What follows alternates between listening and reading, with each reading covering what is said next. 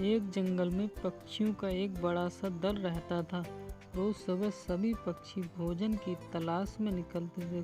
पक्षियों के राजा ने अपने पक्षियों से कह रखा था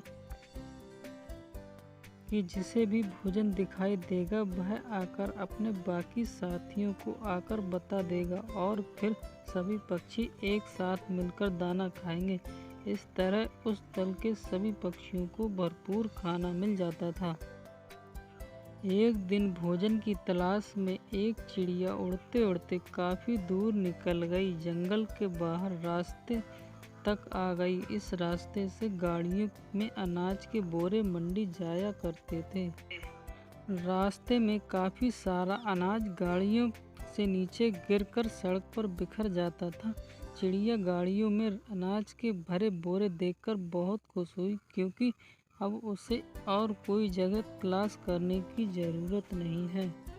अनाज से भरी गाड़ी वहाँ से रोज़ गुजरती थी और अनाज के दाने सड़क पर बिखरते भी रोज़ थे। चिड़िया के मन में लालच आ गया। उसने सोचा कि उस जगह के बारे में वह किसी को नहीं बताएगी और रोज़ इसी जगह आकर पेट भर खाना खाएगी। उस शाम को जब चिड़िया अपने दल में वापस पहुँची, तब उसके बाकी साथियों ने देरी से आने का कारण पूछा।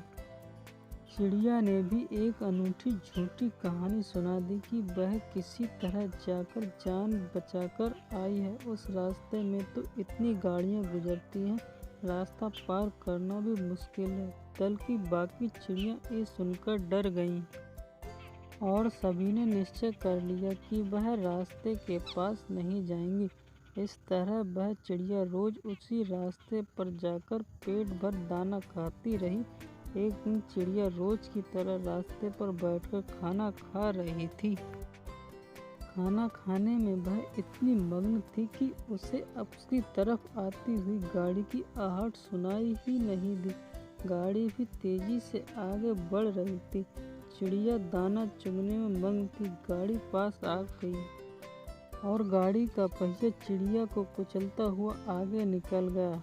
इस तरह लालची चिड़िया अपने ही जाल में फंस गई।